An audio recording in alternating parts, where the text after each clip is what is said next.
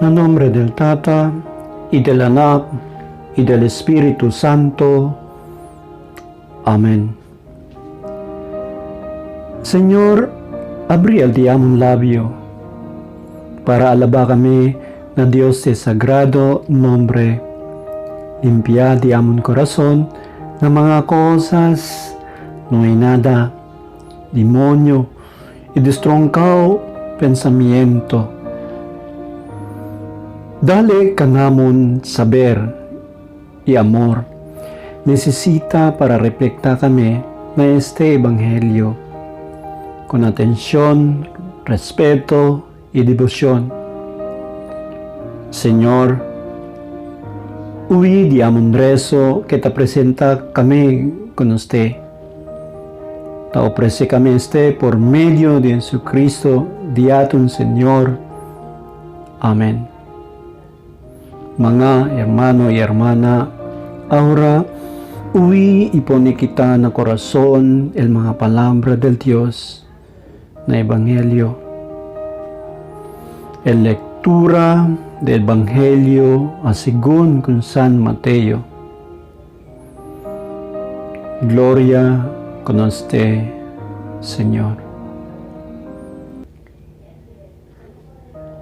Ya puede ustedes oír el cosa y habla. Ojos con ojos, diente con diente. Pero yo te habla con ustedes, no sangá con el gente quien te hace malo con ustedes, en vez si tiene quien te palmadía na carrillo derecha, presenta también con él el carrillo izquierda. Si tiene quien te acusa contigo para sacar de tu camisa, dale también con él el de tu calumbut. Y si tiene quien te forza contigo, camina 1 kilómetro, sigue con él, camina 2 kilómetros. Si tiene quien te pide contigo más que una cosa, dale con él. Si tiene quien te presta contigo más que una cosa, no con él nega. Este el Evangelio del día del Señor Jesucristo.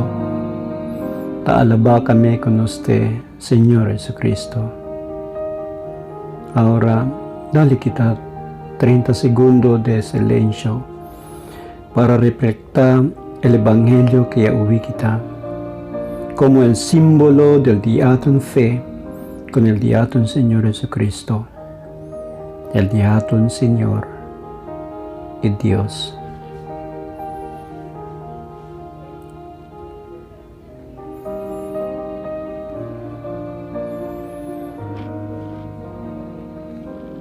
Reza kita. Señor Dios, Rey del cielo y la tierra, consagra y guía el diamond mga pensamiento, cuerpo en este día. Guarda ka namon, que queda kami fiel na Dios de ley, na pensamiento, palabra y na obra. Salva ka namon na Dios de reino, donde usted viví y te reina junto con el Tata y con el Espíritu Santo. Un Dios hasta para cuando. Amén. En nombre del Tata y del Anak y del Espíritu Santo. Amén.